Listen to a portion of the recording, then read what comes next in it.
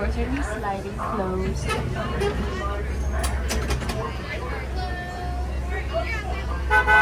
Asante Sana Warden. Asante Sana means thank you. We also like to say Twende, which means let's go. Jumbo, everyone. My name is Cass. I'm going to be your safari guide out on Harambe Wildlife Reserve. Before we get out there, I do ask that you stay seated at all times, as well as keeping all hands, arms, feet, and legs inside the vehicle at all times. It does go for any little ones sitting on laps as well. Please make sure they stay fully seated and on the same lap for the entire safari. Now things do get pretty rough and bumpy out here. You might not have noticed, but this is a real truck. I am really driving it, and those are real potholes. So please make sure you hold on to all of your belongings. And if you are looking for photos, it's always just best to have your cameras ready. You never know when the animals are going to make a move, and unfortunately I cannot stop for every single one today. Now above you is an animal spotting guide. That's every single animal that calls this reserve home. I can't promise we'll see every single one, but we usually have some pretty good luck. Now we're starting in the little Ituri forest. The forest is full of animals who love to use their camouflage, so keep your eyes out. You never know where we're going to find them. But on the right-hand side, the first animal you're going to see is the okapi. They have those white stripes down their legs, makes people think they're related to zebras. They're actually the only living relative of the giraffe, and their long tongue they use to lick their own eyeballs and ears. On the left, you're going to see the bongos laying down up on the hill. Bongos get the nickname the ghost of the forest. It's because they're rarely seen. They're a little bit shorter, and they'll actually tilt their head back to lay their horns flat so they can sneak through the bushes.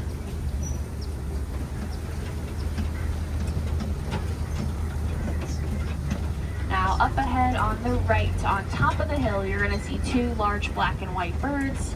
These are saddle-billed storks. They stand 5 feet tall with a 9-foot wingspan that's the same width as the canopy above your head. They live in mated pairs and mated pairs only, so there's only these two out here in the forest. Unlike other birds, instead of vocalizing, they will actually rattle their bills to communicate. And if you look all the way back to the left, you can see its ears moving. Laying down by the large stick, you can just barely see the black rhino with its horn poking out. We'll see if maybe we can find another one over here up ahead. It's a little easier to see. Black rhinos are solitary animals. They're super shy. They like to be on their own. And they're a smaller rhino species. Wow, words are hard. They weigh about 3,000 pounds. Now they have a triangular shaped upper lip that they use like a finger to grab things. Let's see another one. Now over here on the left, laying down close to the water, you're going to see a tan antelope with no horns. These are called the greater kudu. They're way back there by the bushes. These guys are also pretty shy. They stand about 5 feet tall at the shoulder and can jump several feet in the air, so they like to go up and over everything in the forest.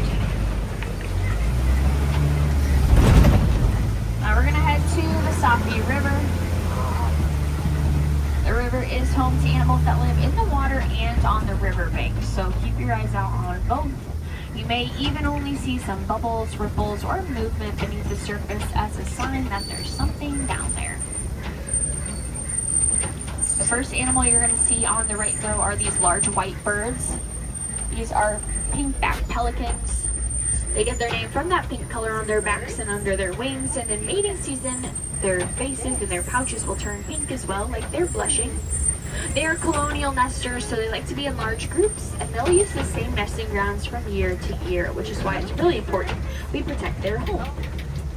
Now, also on the right, you can just see some hippos hanging out on the surface, but if you look to the left, you're going to see the bloat of the hippos, and there are quite a few bubbles up here coming up, so that means there's probably one walking along the bottom. Ooh, there it is. A group of hippos is called the bloat. You'll see their eyes, nose, and ears all sit right on top of their head, so it's really easy for them to pop up, breathing right back down. Wow! Look at you putting on a little show. Doing your little spins. Now the word hippopotamus comes from Latin and it translates to river horse, which is pretty fitting because even though they can swim, these guys actually prefer to walk along the bottom of the river. It's not uncommon to see them sleeping at the bottom of the river as well, and they actually have a reflex. So if they do fall asleep, their body will come up and breathe all on its own, which is pretty cool. Now they have a little bit of a pink color to them. That's from their sweat, and that's what protects them from getting sunburnt. And at night is when you'll see them head up onto the riverbank to find food. They can eat up to 100 pounds of grass in one single sitting. Now we're going to make our way across this bridge and out to the savannah.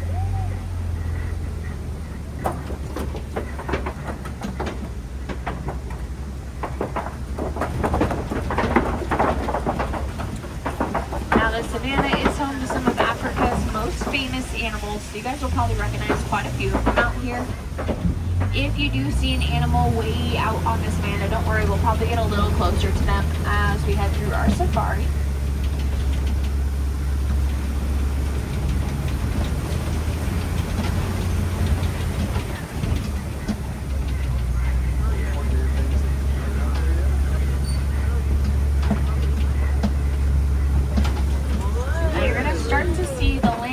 Change from the forest and into a dry, wide open space. On the right, you're going to see the baobab tree, which is nicknamed the tree of life. That's because it's leafless 9 months out of the year to save all its water in its tree trunk. That way the animals can bite into the tree and chew on the wood in drought season to stay hydrated.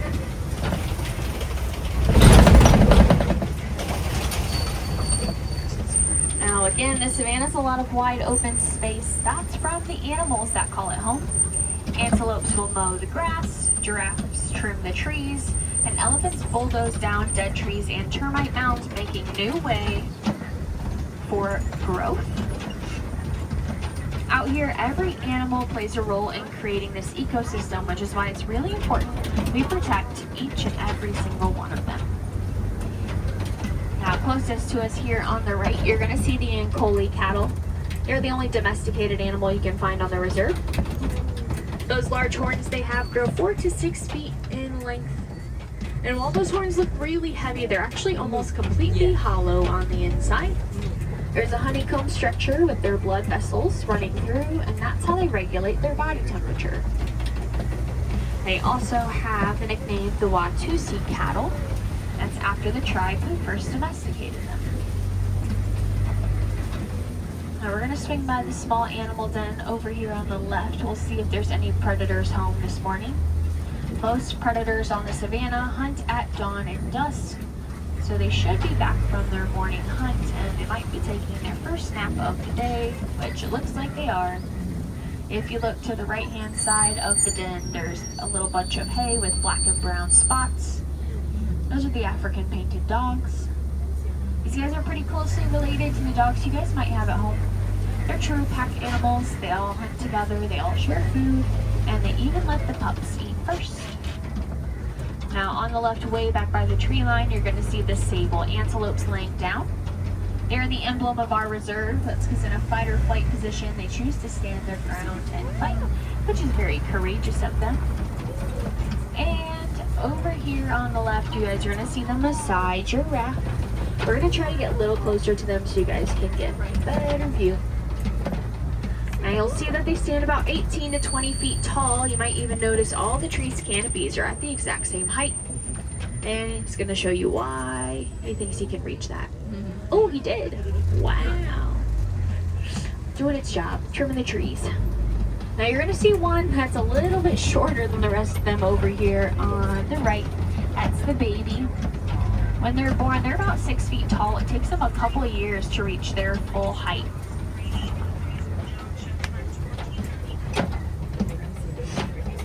Now those long legs they have allow them to reach speeds of about 40 miles per hour. And since they have such long legs, it's actually just easier for them to do everything standing up. So they will even sleep standing up, and they only sleep 30 minutes a day. Now you might have noticed a lot of the animals that live out here kind of live in groups or herds. That's because there's not a lot of space for them to hide from their predators, so instead they rely on each other to survive. On the right over here, you're going to see the Hartman's mountain zebras. I can tell they're Hartman's because they have their white bellies where their stripes don't go all the way around. A group of zebras is called a dazzle. We got dazzle right here. I knew you were going to do that. Oh, look. They're all going to start making their way. Oh, look at her run down the hill. Wow. Super fast. Yeah. Whoa, the other one. I don't think I've ever seen multiple giraffes run out here. This is my first time. Alright, we're just gonna go poly-poly, which means very slow behind this giraffe in the road. Have you guys been here before? Anybody's first time? No? No first timers? Yeah. Oh, a couple of you. Okay, way in the back. I see. Oh, and the little tiny hand. I see that tiny hand. This is pretty normal for us. The giraffes love to hang out in the road, so I'm just gonna let Reserve know that we're moving a little slower for our friends.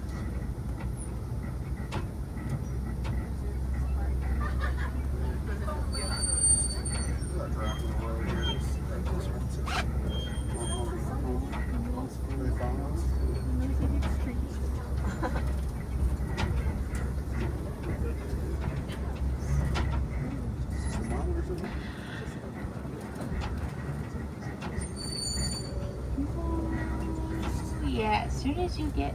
No, don't come back. Just stay on the edge there. Yeah, there we go. Okay.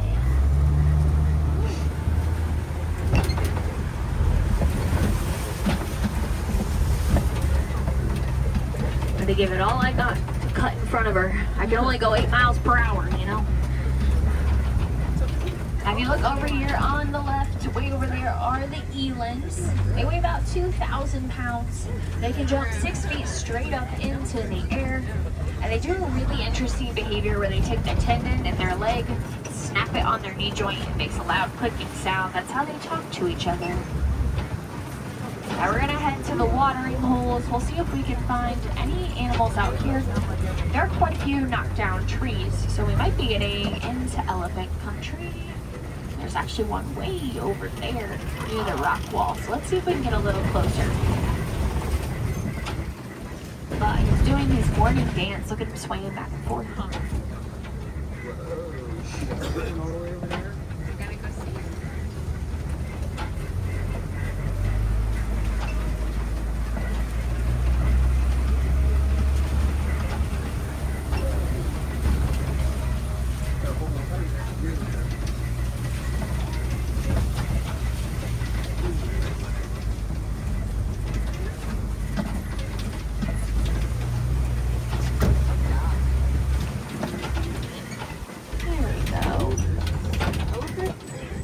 Look at him dancing. Now, since there's only one out here, that tells me this is probably a male elephant. They like to be on their own or in small groups called bachelor groups. Their job is to travel around to find the female herds, which are the really large groups of elephants you guys are used to seeing on TV. So we will see if maybe we can find a female herd up ahead. That herd's gonna have moms, babies, aunties, and cousins with them. And there could be multiple generations. They could choose to stay with that herd once they grow up. Oh, there you can even see them a little bit better.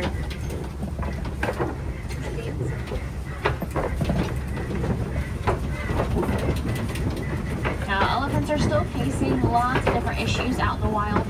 I'm sure most of you know about poachers hunting them down for their tusks, which are made of ivory. But they're now facing issues with habitat loss from us over-mining a mineral called coltan. Probably in your hand or your pocket right now. So it makes up your smartphones, laptops, tablets, computers, cameras, TVs. So by reusing or recycling your old electronics, you can help slow down the mining process of coltan, and we can slowly start to rebuild their natural habitat out in the wild. There's one here. Oh, coming in one way. We'll see if we can find any more up ahead as well. You'll see those large ears they have. They coincidentally look like the continent of Africa. Every time they flap their ears, it cools their body down by several degrees. It's like built-in air conditioning. Their large trunks that they have, they use for everything: eating, drinking, grabbing, communicating. One single elephant trunk has more muscles in it than our entire human body.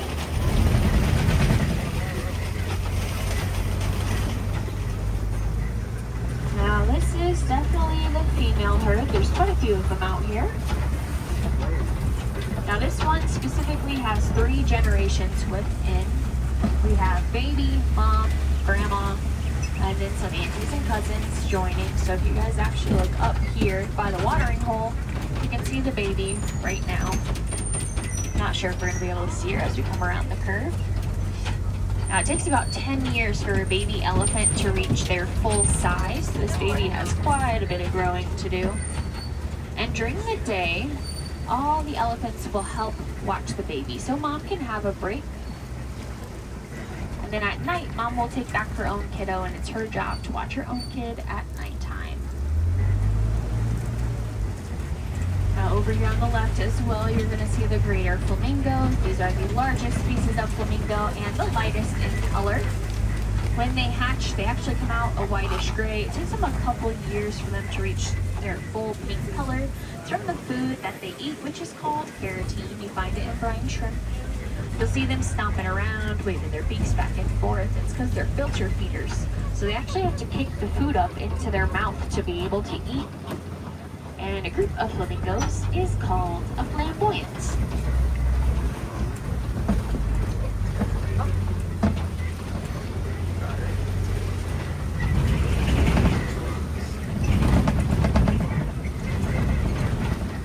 Now this side of the savanna has a little bit more tree coverage. This large mud pit that you're going to see up here on the left.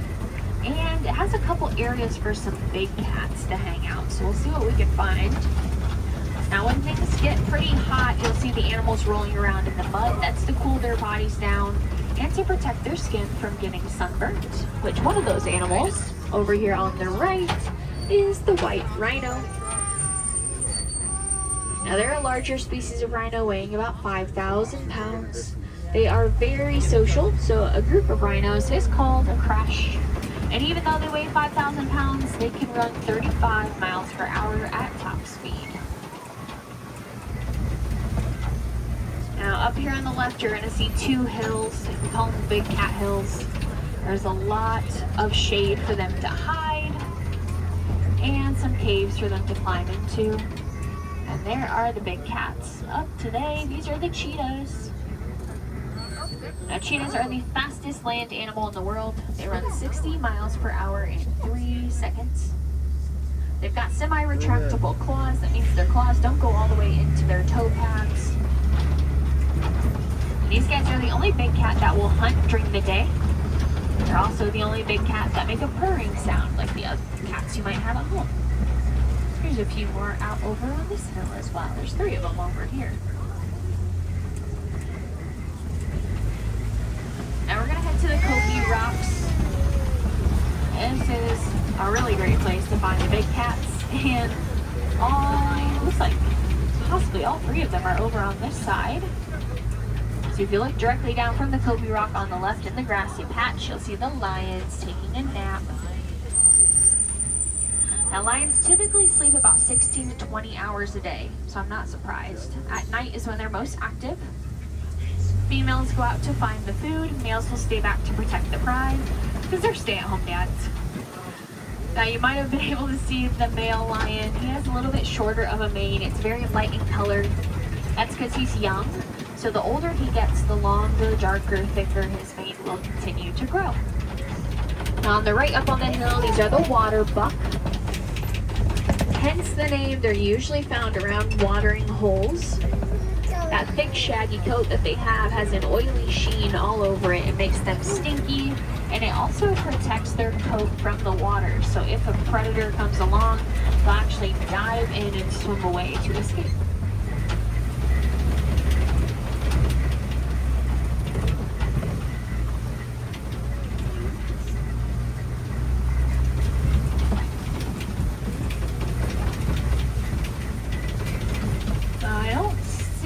Oh, just kidding. All the way back by the rock wall.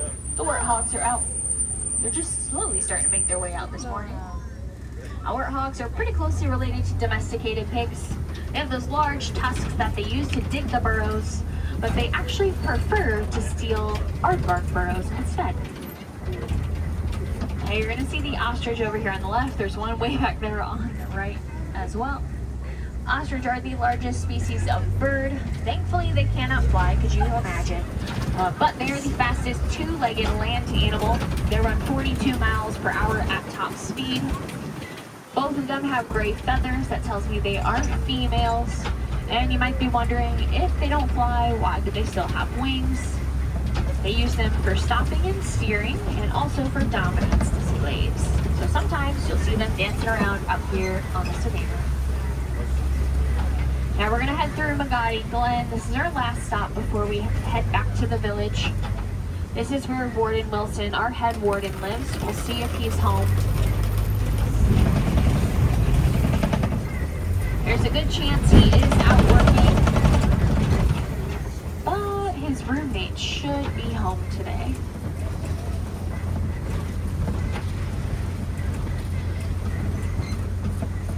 Yep. They're just all hiding under the cover of his house. These are the Nigerian dwarf goats.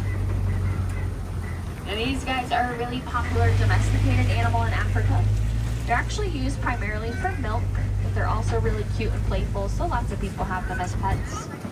Now it is always really important to make sure you do your research before getting a pet. You never know if they need specialized care, or if they're going to climb all over your home, like these guys will. Now, if you think these guys are pretty cute and maybe you want to love on some, guess what? You can. Once you head back to the village, take a left-hand turn across the bridge. You'll find the Wildlife Express.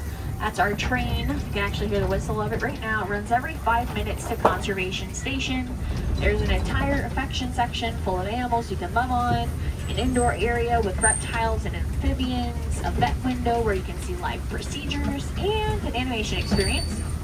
Now, if you have not been out there, you should definitely check it out, because at the end of February, the Conservation Station is leaving and it will not be back. We'll have a new experience out there. If you're looking for something a little closer to the village and you want to see some more animals from Africa, once you exit, head up the hill, take a right-hand turn, you'll find Gorilla Falls. That's a 15 to 20-minute trail. You can see lots of other animals that live in Africa. And you can take your strollers and your ACVs as well. Now, if you're looking to escape the weather today, head to the edge of our village. You'll find Harambe Theater. There you'll see the Festival of the Lion King. It's a 30-minute indoor stage show with guaranteed seats, so you guys can either sleep or just rest your feet. Now, if you're a wilderness explorer, you are on the Simba 1. Simba like the lion, 1 like the number. That's your passcode to get your safari badge today. And I do want to say Asante Sana. Thank you for touring with us today here at Kilimanjaro.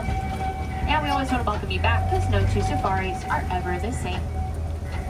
Now, here at Harambe, we don't like to say goodbye. Goodbyes are just far too sad and far too final. So instead, we say Kwaherini. Kwaherini is a Swahili word. It means go well. So we like to say go well, go wild, go explore, and go and give it friends.